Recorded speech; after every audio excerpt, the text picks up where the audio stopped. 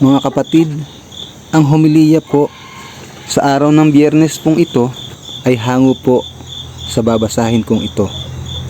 Lucas Kapitulo 17, versikulo 26 hanggang 37. Wika ni Jesus: ang pagparito ng anak ng tao ay matutulad sa nangyari noong kapanahunan ni Noe.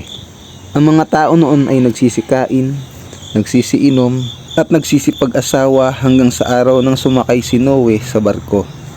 Dumating ang baha at namatay silang lahat. Gayon din ang nangyari noong panahon ni Lot. Ang mga tao ay nagsisikain, nagsisiinom, bumibili, nagtitinda, nagtatanim at nagtatayo ng bahay. Ngunit ng araw na umalis si Lot sa Sodoma, umulan ng apoy at asupre at natupok silang lahat.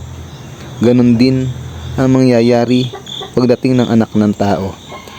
Sa araw na iyon, ang nasa bubungan ay huwag nang bumaba pa upang kunin ang kanyang mga kasangkapan sa loob ng bahay. At ang nasa bukid ay huwag na umuwi pa. Alalahanin ninyo ang nangyari sa asawa ni Lot. Ang sino mang magsikap na iligtas ang kanyang buhay ay mawawalan nito. Ngunit ang sino mang mawalan ng kanyang buhay ay siyang makakapagligtas nito. Sinasabi ko sa inyo, sa gabing iyon, may dalawang taong nasa isang higaan. Kukunin ng isa at iiwan ng isa.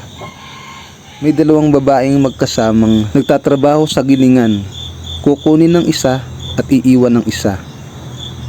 Saan po, Panginoon? Tanong ng kanyang mga alagad.